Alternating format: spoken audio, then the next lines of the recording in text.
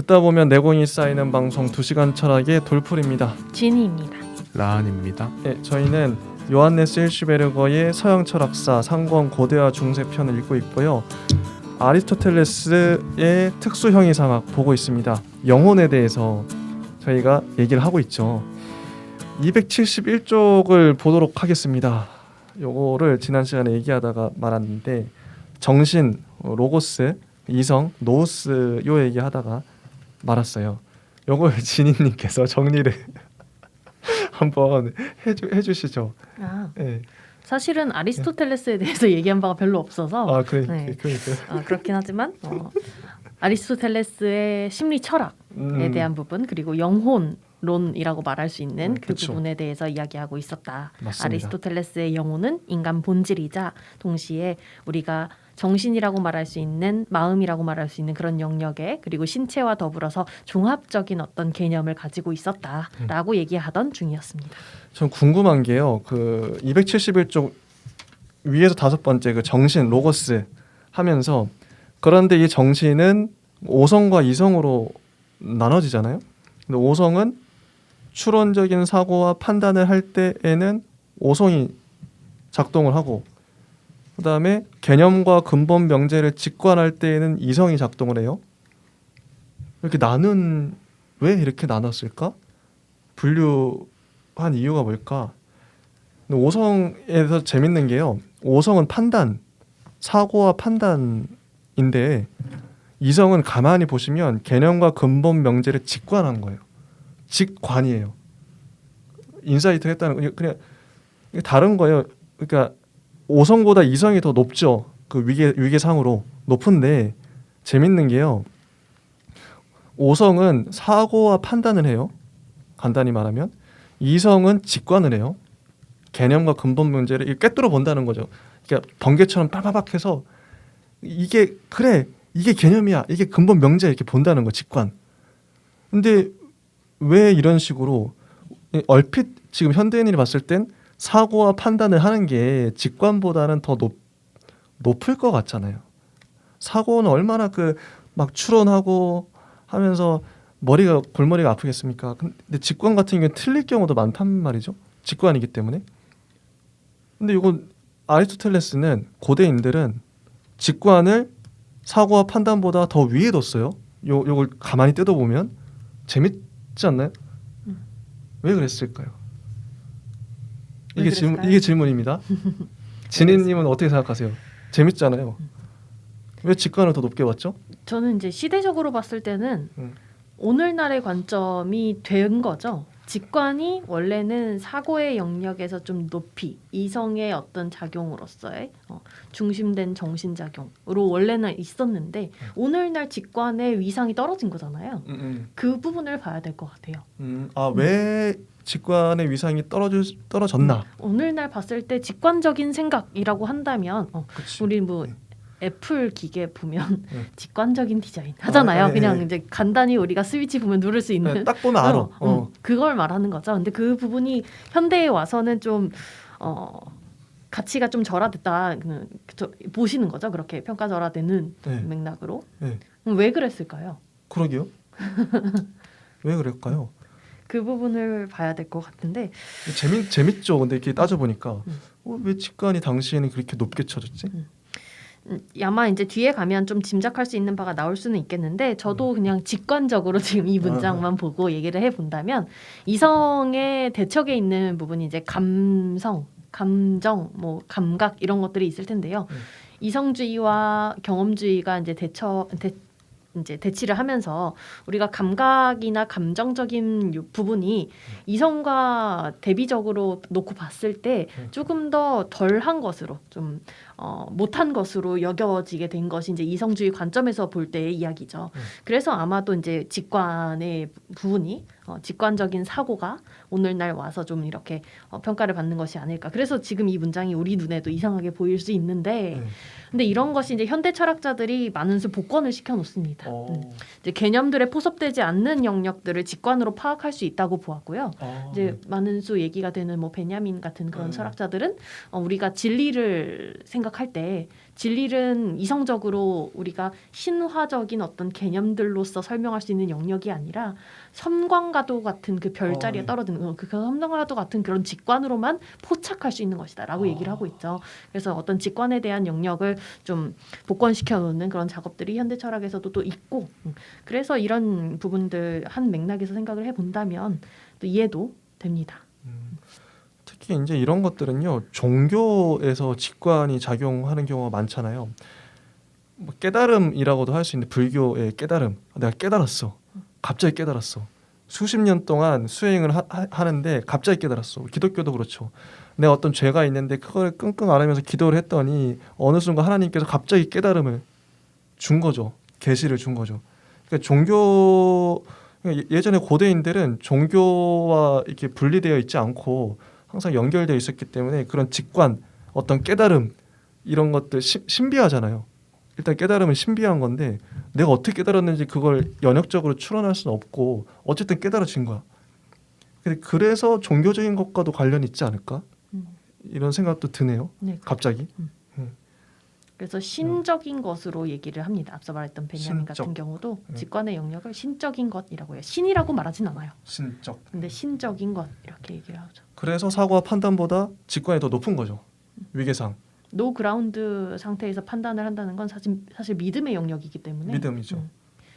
이 부분이 좀 신화적으로 아니 이제 신화적이 아니라 신비롭게 다가오는 것 같아요. 좋습니다.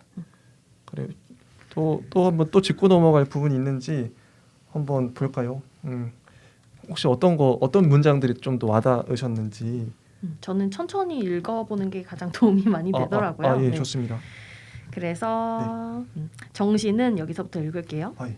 정신은 저절로 표상들을 손질, 가공하고 이때의 창조적인 활동을 전개한다. 이런 문장도 재밌죠. 이런 창조적인 활동에 비하자면 표상, 즉 상상은 소재에 불과하며 본래적인 능동 원인이 아니다. 그래서 후세의 사람들은 능동적인 오성이라 이런 말이 좀 어려워요. 좀 독특한 조합이죠. 능동적인 오성이라는 말을 한다. 이런 관점에서 보자면 이성은 영원하고 신적이고 생겨난 것이 아니며 죽지 않고 뒤섞이지 않고 해를 입지 않는 순수한 에네르게이아이다. 그래서 앞서 말했던 순수한 이데아. 현대 순수 형상. 순수 형상. 이데아. 네, 플라톤의 관점에서 이데아. 백지로서는 정신의 감관지각의 보고와 순수 사고와 직관의 개념들이 기록되는 한 정신은 수동적이며 또 그러한 한에 있어서 죽게 마련이다. 이렇게 생각하는데 아리스토텔레스는 영혼 생활의 이러한 합리적인 측면 외에도 불합리한 측면도 알고 있다. 특히 그는 욕구 능력의 심리학을 알고 있었는데 이런 점이 플라톤에 비해 완전히 새로운 것이다. 이렇게 달라지는 지점에서 좀 주목을 해서 봐야 될 것 같고요. 자기 스승과 달라지는 지점이죠. 네. 그는 욕구를 보다 낮은 욕구와 보다 높은 욕구로 구별을 하고 보다 낮은 욕구란 자연적인 충동, 영양을 섭취하고 성적인 행위를 하려는 욕망과 흥분 같은 것에서 볼 수 있으며 이 흥분은 명예욕, 용기, 투쟁욕, 복수심, 실망, 경멸, 자유애로의 충동, 자기주장과 지배욕 같은 것을 통해서 우리에게 알려진다. 발현되는 거죠. 그래서 앞서서 이제 혼을 나눴던 그런 부분과 일치되는 지점도 있고 이런 모든 것들은 동물에게도 있다. 그런데 높은 욕구 능력. 여기서 이제 구분이 되죠. 근데 재밌는 게요. 동물에게도 이런 욕이 있다는 건데 잘 보시면 다시 보면 명예욕이 잘 보세요. 명예욕 동물이 뭐 용기는 있을 수 있어요. 뭐 용감하게 뭐 돌진하고 뭐 투쟁력, 복수심, 뭐 실망, 경멸 뭐 근데 명예욕 다른 건 다 이해가 돼요. 자기 주장, 지배욕 있겠지. 동물도 실망하기도 하고 막 복수하기도 하고. 명예욕 갸우뚱하죠. 동물에게도 있다고? 갸우뚱합니다. 네, 아마 뒤에 가면 조금 나눠질 것 같아요. 높은 욕구 능력도 있다. 그리고 이것은 인간만이 가지고 있다. 보다 높은 욕구는 이성에 의해 비추어진 의지와도 일치한다. 낮은 욕구건 높은 욕구건 간에 모든 욕구의 전제가 되는 것은 항상 선인데 여기 선이 나옵니다. 이 선은 우리들에게 유쾌한 것이거나 또는 적어도 유쾌한 것이라고 생각되는 것이다. 그래서 진짜 실제로 유쾌한 것 그리고 유쾌한 것들 종류 이렇게 묶을 수 있는 큰 틀에서의 선. 이 문장이요. 저도 몇 번 곱씹어봤는데 재밌는 게요. 이게 모든 욕구의 전제가 되는 것은 항상 선이다. 욕구의 전제가 선이 된대요. 근데 이 선은 우리들에게 유쾌한 것이거나 적어도 유쾌한 것이라고 생각되는 것이다. 선이 선하다 할 때 착하다 이게 유쾌한 것과 연결이 돼요. 선이 유쾌하다. 근데 유쾌한 게 인간은 천성적으로 쾌락을 추구하고 불쾌한 것은 피하게 마련이다. 자, 선, 유쾌한 것, 쾌락 이게 같다는 거잖아요. 는으로 선이 유쾌한 게 되고 유쾌한 게 쾌락이 돼요.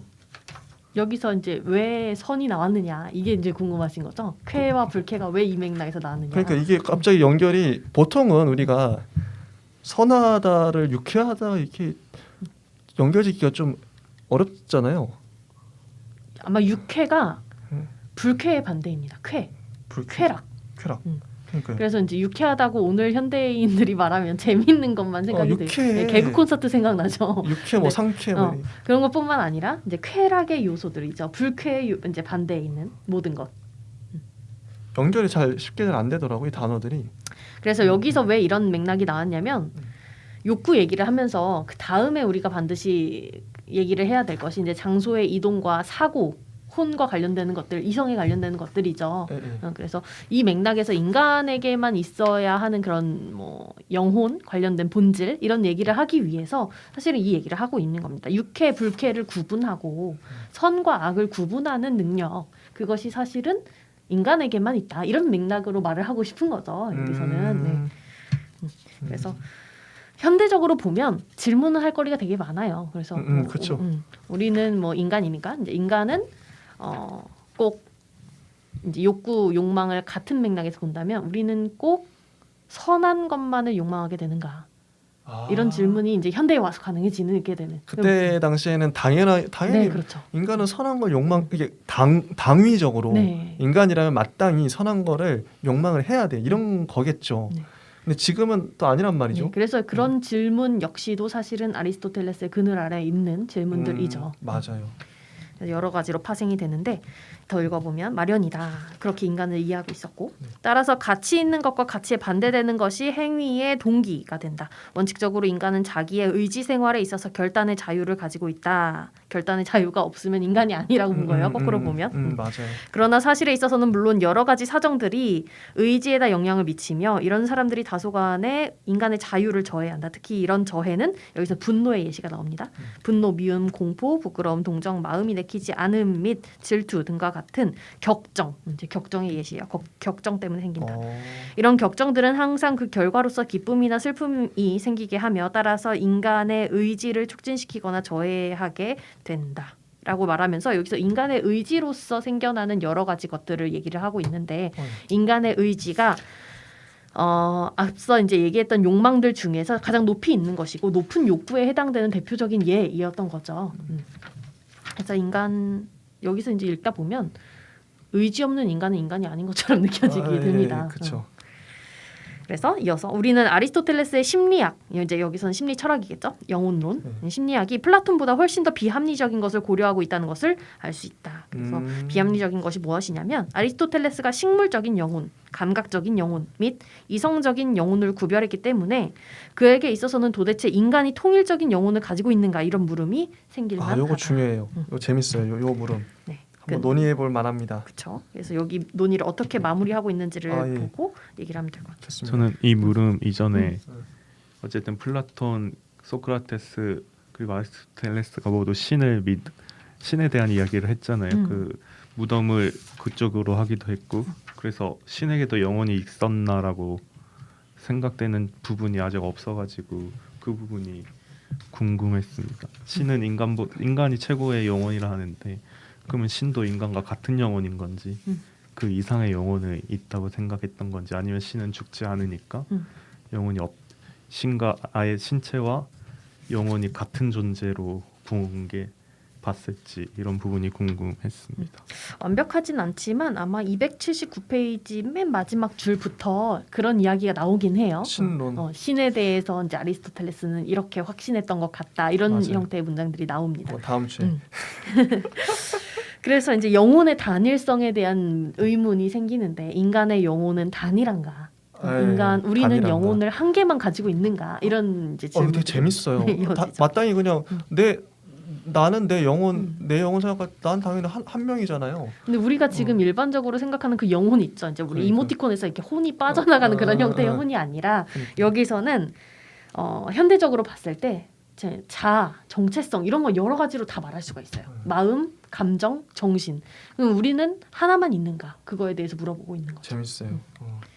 궁금하네요. 지난번 시간에도 우리 아마 이런 질문이 나왔던 것 같아요. 각자의 정체성 하나인가?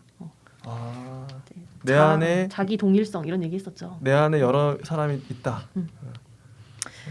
그래서 그는 개념적으로는 분명히 영혼의 능력을 여러 가지로 구별할 수 있다고 말하고 있다. 그렇게 얘기는 하고 있는데 이제 이런 구별은 이라고 얘기하면서 식물, 동물, 맞아요. 이성 했죠. 근데 그렇게 구별이 다양하게 될 수 있는 영혼이 왜 인간에게는 하나인가? 뭐 이런 얘기를 하고 있는 건데요.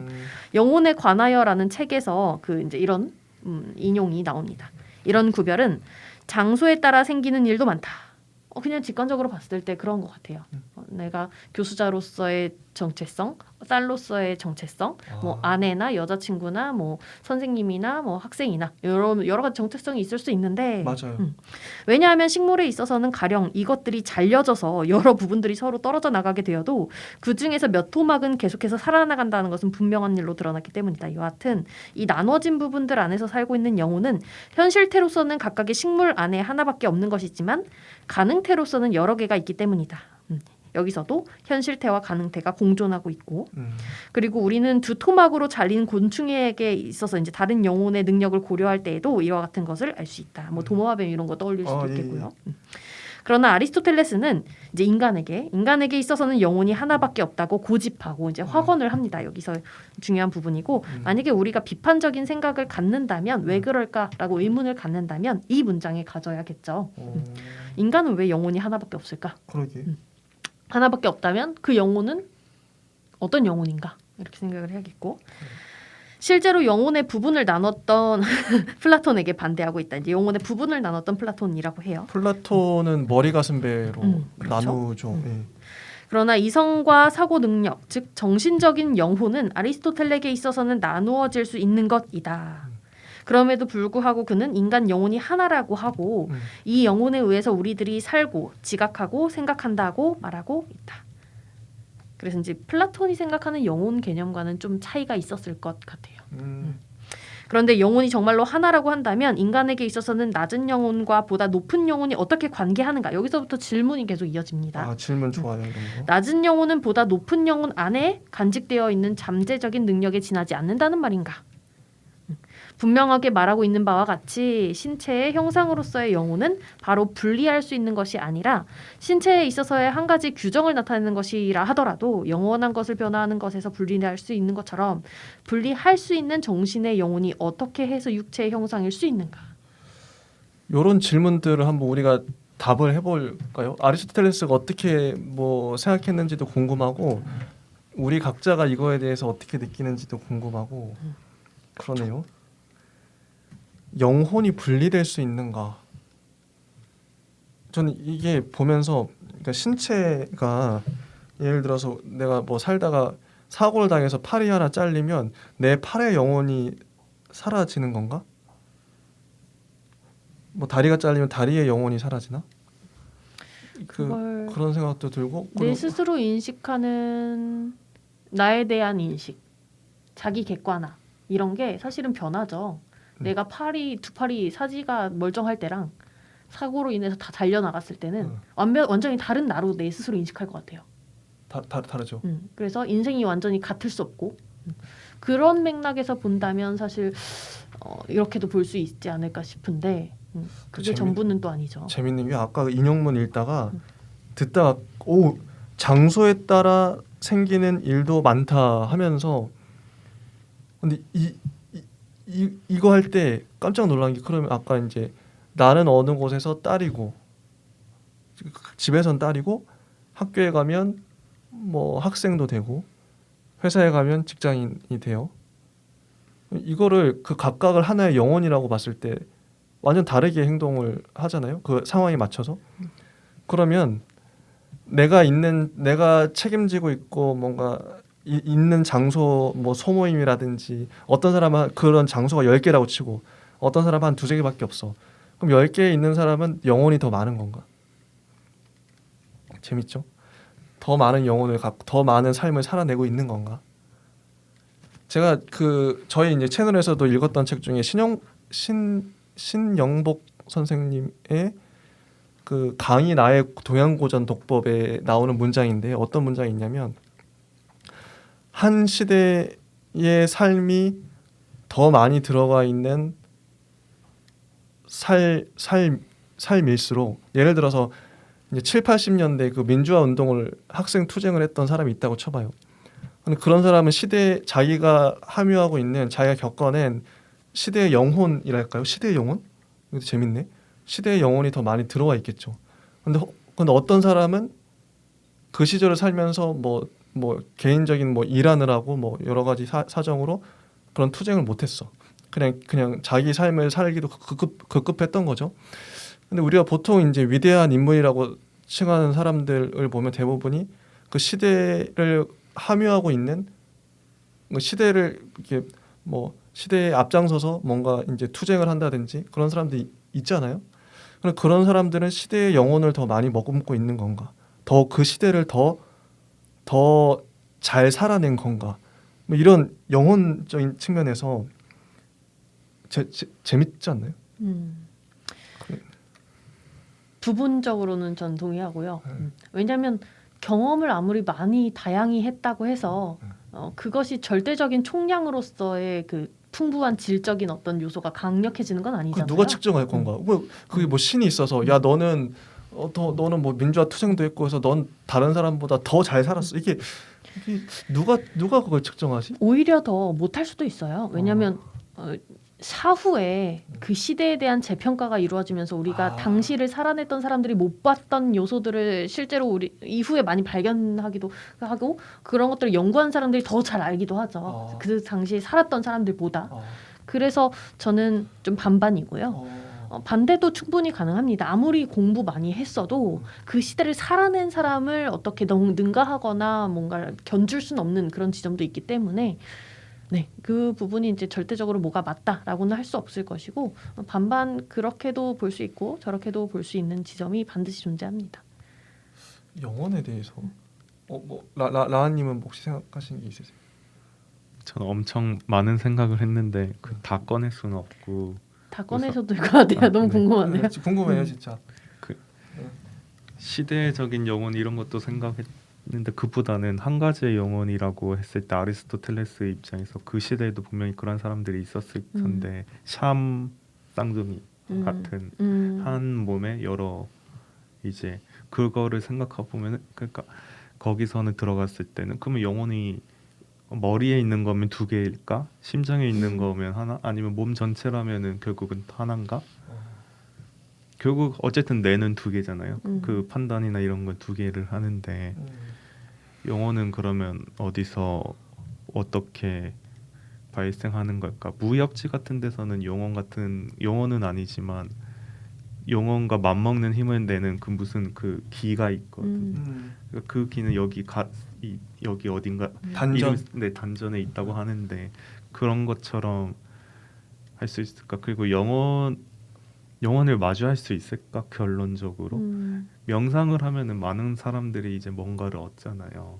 저도 명상을 해봤는데 영혼을 만난다기보단 그냥 내가 이제 그냥 있구나 이런 느낌은 알게 되는데 그러니까 영혼을 여러 가지로 해석했을 때 너무 이제 많은 해석들이 제 안에도 나오더라고요. 그러면은 이거는 나 혼자 나의 하나의 영혼에서 나온 생각들일까 아니면은 여러 개 영혼이 말하고 있어가지고 여러 개일까 이렇게까지도 생각이 뻗쳐나가가지고 너무 많더라고요. 맞아요. 그 샴쌍둥이의 얘도 되게 저는 좀 충격이었던 게 인간이라고 얘기를 하면 우리가 아리스토텔레스건 지금 2400년, 2500년 가까이 차이가 나는 우리들도 사실 비슷한 형상을 전제한 채로 인간을 생각하는데요.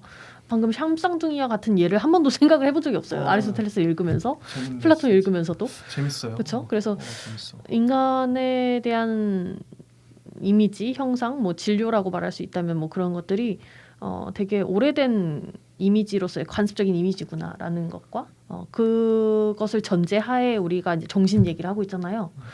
이 부분 상당히 좀 우리가 놓치고 있는 부분이 많을 수도 있겠다라는 생각이 듭니다. 이게 이제 좀 제가 뒷부분에서 얘기하려고 그랬었는데 전제에 대한 얘기인데요. 어떤 거냐면 그 아리스토텔레스가 은연중에 대전제로 깔고 가는 명제들이 몇 가지가 있어요. 플라톤도 그렇고요.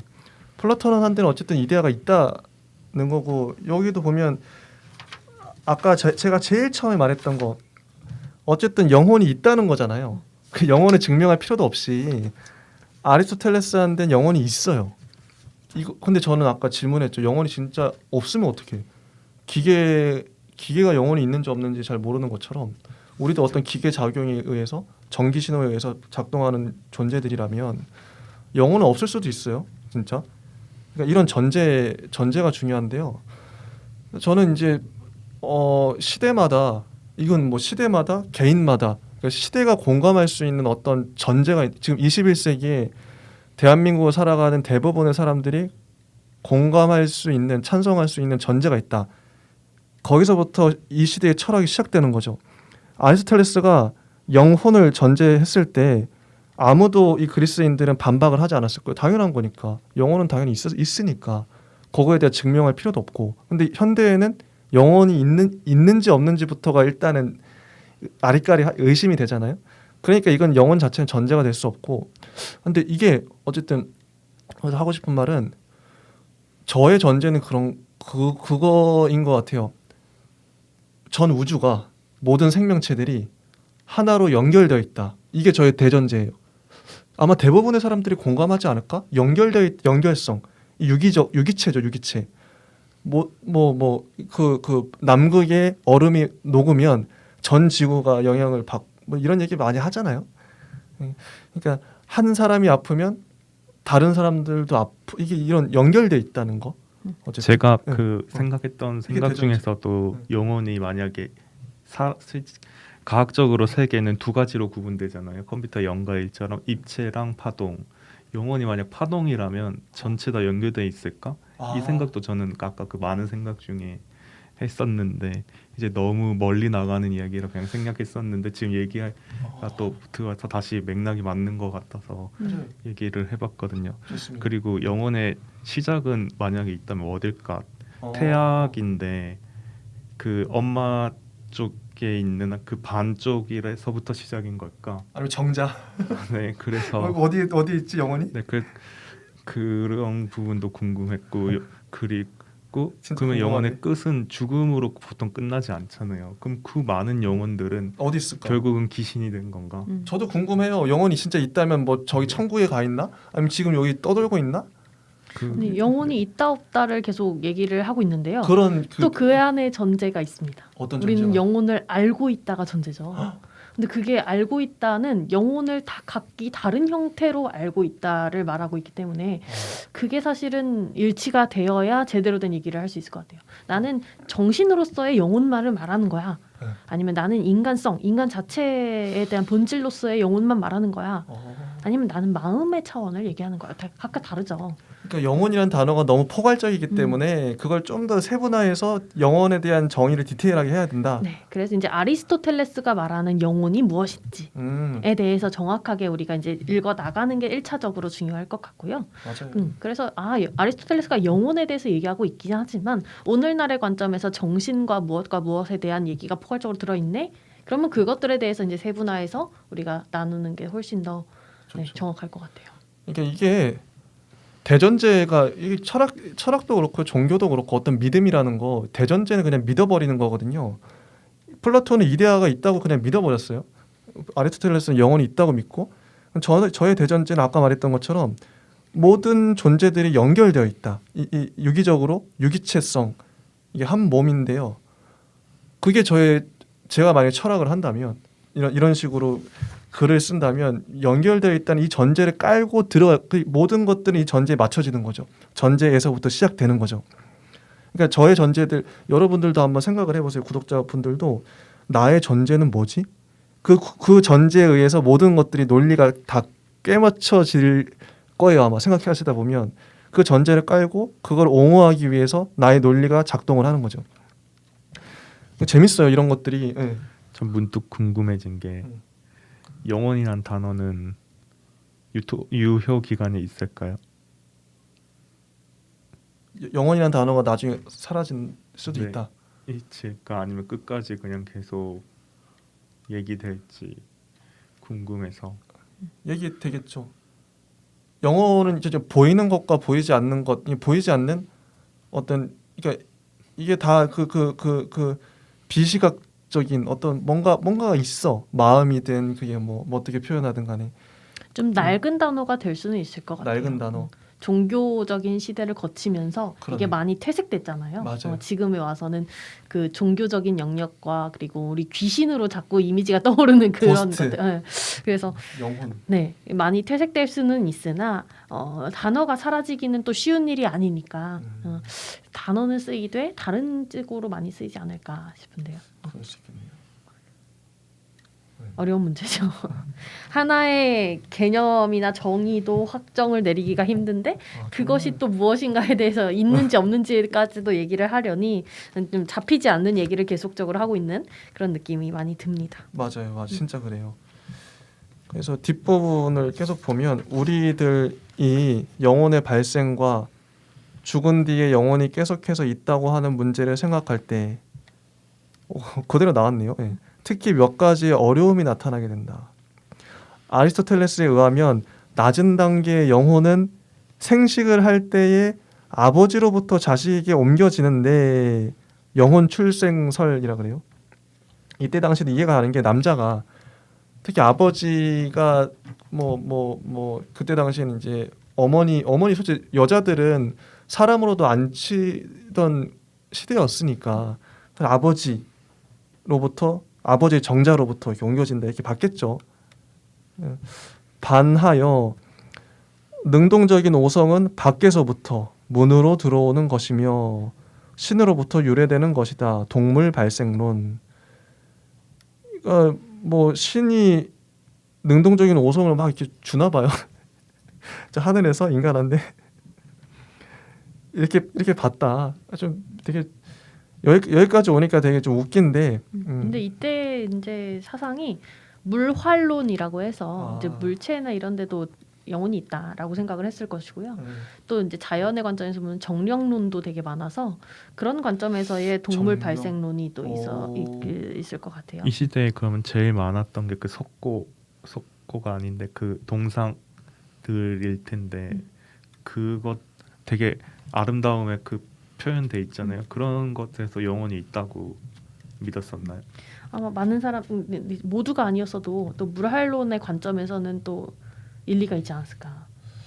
진짜 저도 궁금한 게 이게 토테미즘 애니미즘 있는데 돌멩이도 이게 이런 책상이나 사는 영혼이 있다고 하는데 전에도 이제 제가 궁금했던 게 만약에 산이 영혼이 있다고 쳐봐요.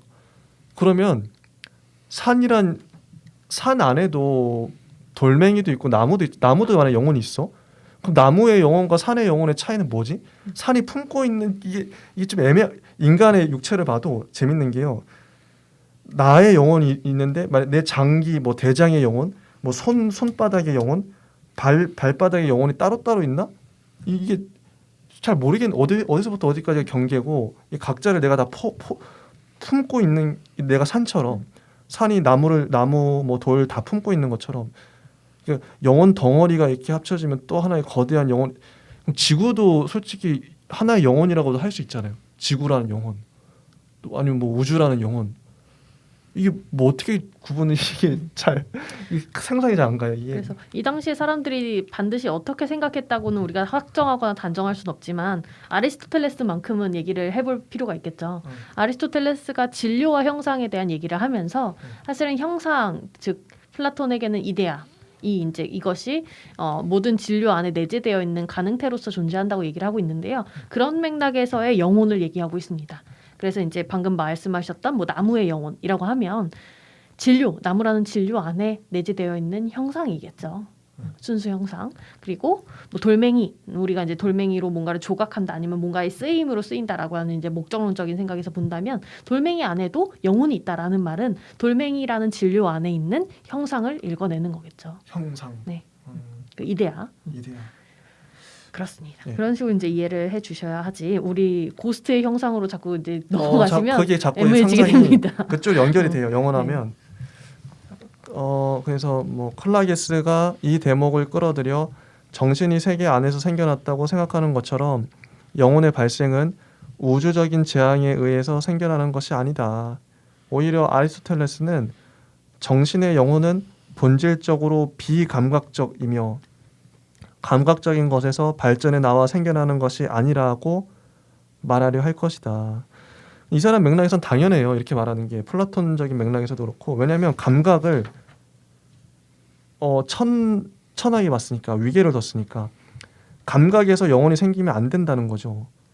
비감각적인 것에서 영혼이 발전해야, 그래야 영혼이 영원할 수 있다. 왜 감각적인 거는 순간순간적이고 이게 그 한도가 있잖아요. 근데 비감각적인 것들, 예를 들면 로고스, 이성 같은 거는 영원할 수 있으니까. 그 영혼의 관점 이제 불멸설이라고 하죠. 불멸. 그 플라톤은 딱 잘라서 얘기를 했었죠. 영혼은 불멸한 것이다. 그래서 맞아요. 이제 얘기를 했었는데 아리스토텔레스는 좀 갈린다고 합니다. 그래서 앞서서도 영혼론에 대한 초기, 중기, 말기 뭐 이렇게 해서 조금씩 개념의 차이를 보였는데 그 불멸설에 대한 부분도 좀 차이가 있어서 그 어디서부터 어디까지가 아리스토텔레스의 의견인지 이론인지 좀 명확하지 않은 부분이 있다고 해요. 좋습니다. 자, 정신의 영혼은 절대로 만들어진 것이 아니며 미리부터 있던 것이다.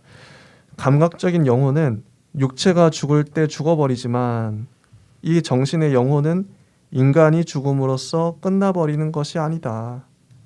여기서 다시 아리스토텔레스에 있어서의 플라톤주의의 한 토막을 볼 수가 있다.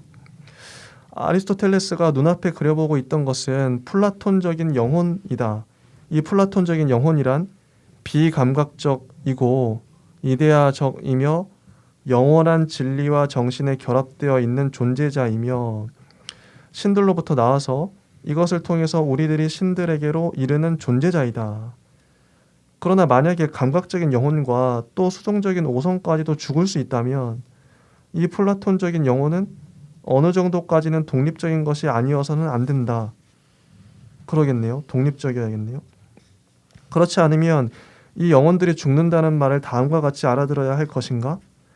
즉 정신적인 영혼에 있어서는 그 안에 간직되어 있는 신체와 관계를 가지고 있는 낮은 기능들이 육체가 죽어버림과 동시에 이미 작용을 할 수 있는 기회가 없어져 버려 탈락해버리고 마는 것일까? 여하튼 아리스토텔레스가 정신적인 영혼을 위해서는 아직도 플라톤의 이원론에 얽매여 있기 때문에 그에게 있어서는 한 가지의 불멸하는 영혼이 있다는 사실을 주목하지 않으면 안 된다. 그래서 아리스토텔레스는 자진해서 영혼의 불멸에 관한 독자적인 증명을 발전시키지는 않았었다. 그가 말하는 정신적인 영혼의 불멸이 개체적인 불멸이라고 이해되고 칸트의 선험적인 통각이라는 뜻으로 인간을 구속하는 객관적인 정신의 무시간성이라고만 이해되지 않는다면 영혼에 관한 그의 사상은 한층 더 발전되었을 것이다. 아프로디시아스의 알렉산드로스와 아베로에스가 소위 만인이 관여하는 유일한 능동적인 오성만을 인정한 것은 우연히 그렇게 된 것이 아니다. 그리고 또 뒤에 와서의 페리파토스 학파에서의 영혼의 불멸성이 자주 부정된 것도 우연은 아니었다. 전자는 논리적인 정신을 염두에 두고 있었으며 후자는 영혼을 생명의 원리라고 보았다. 아리스토텔레스는 이런 두 가지의 해석이 함께 성립될 수 있는 여지를 남겨두고 있다. 여기까지인데요. 이제 여기까지 정리하는 차원에서 한번 얘기를 좀 하면 좋을 것 같은데, 뭐 진희님은 어떻게 보셨나요? 다른 분들부터. 예, 좋습니다. 네. 라은님은 어떻게 보셨나요? 오늘 전체적인 정리를 전체 요 말씀- 문장도 좋고요. 전체적인 그 감상평도 좋고요. 저는 사실 영혼을 음. 제 작품 속에서도 똑같이 다루지 않거든요. 그 아. 작품마다 다르게 다루는데 다르게. 근데 한 가지 확실한 것은 뭔가 열기, 뜨거움, 그러니까 무엇인가에 대한 계승되는 의지, 영혼의 만남 막 이런 느낌으로 그 흔적을 충분히 느낄 수 있는 무언가로 표현을 하는 거는 결이 똑같은 것 같아요. 의지. 네, 그래서 저는 영혼이라는 거는 이제 우리가 풍선을 불 때 숨을 불어넣는다고 하잖아요. 그 숨에도 해석에 따라 충분히 영혼이 될 수 있지 않을까라는 생각이 드는데 가장 중요한 거는 그 사람에 대한 어떤 영혼이 있다. 그러니까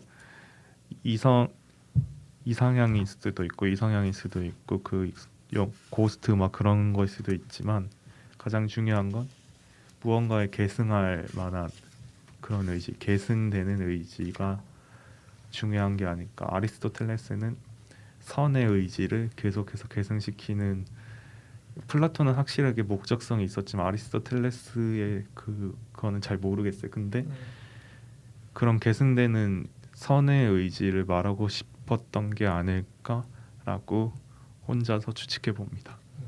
그리고 제가 이어서 말을 해보면 영혼을 강조하면 이 육체, 신체가 또 위계가 지어지죠.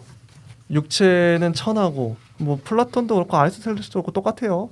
육체는 천하고 죽어 없어질 거고 순간적인 거니까 영혼은 영원하고 추구해야 할 것인 거죠. 인간은 영혼이다 이렇게 대놓고 얘기하니까. 근데 저는 좀 현대적인 관점에서 좀 이걸 바꾸고 싶은 게 영혼도 중요하지만 육체도 중요하다. 이게 동등하게 중요하다. 그동안 천시당했던 육체를 복권해야 된다. 그럼 어떻게 그러면 철학적인 논리를 짜야 될 것인가? 육체와 영혼 둘 다 중요하다고 보는데 계속 고민이 돼요. 그래서 자기 철학을 하는 입장에서 그렇습니다. 여기까지고요. 예. 저는 이제 말씀해주신 바에 따르면 아마 우리가 영혼이라고 자꾸 단어를 쓰면 계속 떠오르는 게 있어요. 신체와 구분되는 어떤 것, 아니면 귀신의 어떤 형상 뭐 이런 것들이 있을 수 있는데 맞아요. 그것이 이제 근대 이후에 되게 고착화된 우리에게 관념적인 습관으로 남아 있죠. 근데 그것을 고대에는 그런 식으로 생각하지 않았고 아리스토텔레스는 계속 복합적이고 종합적인 형태의 영혼 개념을 말하고 있어서 진정으로 우리가 영혼론, 아리스토텔레스의 영혼론을 이해하는 방향은 우리가 이미 습관적으로 답습하는 그런 형태의 개념들을 현대적으로 해석하려고 하는 그런 노력이 아니라 그냥 있는 그대로 어떤 식으로 이해를 했는지 그 부분들을 충분히 느끼시는 것이 저는 이 아리스토텔레스의 영혼론을 읽는 가장 좋은 방법이지 않을까 생각을 합니다. 저 네. 마지막으로 두 분한테 네. 질문하고 싶은 게 있는데 이제 많은 그냥 영혼이 고착화되진 않았지만 그냥 자신에게 흔히 사람들이 쓰이는 영혼으로 했을 때 나의 영혼은 이런 영혼일 것 같다라는 이야기가 궁금합니다. 그냥 귀신으로서의 영혼 만약 있다면 자신이 생각하는 영혼으로 그러면 얘기 각자 해주시면 될 것 같아요. 영혼이 뭐 종교적으로 봤을 때 뭐 구원 받을 수 있는 착한 선이 들어갈 수밖에 없는데 선악이 들어갈 수밖에 없는데 그러니까 뭐지 진선미 뭐 이렇게 봤을 때 참되고 착하고 아름다운 영혼이면 좋겠다. 이건 뭐 저의 지향점인 거죠. 실제로는 그렇지 못하기 때문에 너무 더럽고 추하고 악한 면이 많이 있고 근데 나의 영혼은 좀 이렇게 좀 그랬으면 착하였으면 좋겠다. 그런 바람이 있죠. 이제 제가 먼저 질문했으니까 그러면 중간에 먼저 말하겠습니다. 저는 이제 닉네임도 필명도 라안이라고 쓰고 있는데 이게 저번에 말했듯이 거대한 구물인데 제 영혼은 연결되는 이야기이면 좋겠다이지 않을까 여러 가지 뒷 말을 붙여봅니다. 좋습니다. 연결되는 형태. 저도 영혼이 만약에 있다면 그냥 좀 자유로운 영혼이라고 많이 하잖아요. 자유로운. 자유로웠으면 좋겠어요. 우리 자유롭다. 현세를 살면서 못하는 것들, 죽은 사람과의 만남이라든지 되게 떨쳐버리고 싶은 여러 가지의 촉새를 끊어낸다든지 그런 것들을 할 수 있는 자유로운 영혼을 저는 상상해보고 싶습니다. 얽매이지 않는. 네. 좋네요. 네, 여기까지 하고요. 네, 다음 시간에는 특수 영의상 세계와 신. 재밌을 것 같아요. 세계와 신에 대해서. 네. 그리고 이제 아리스토텔레스가 거의 끝났습니다. 마지막에 네. 남은 게 세계 신과 관련된 내용 그리고 맞아요. 맨 마지막에 이제 선에 대한 얘기 윤리학이죠. 네, 좋습니다. 그걸로 아마 마무리가 되는 것 같아서 조금만 더 열심히 읽으면 될 것 네. 같습니다. 한 2주면 끝날 것 같아요. 네. 좋습니다. 지금까지 시청해 주시고 들어주셔서 감사합니다. 감사합니다. 감사합니다.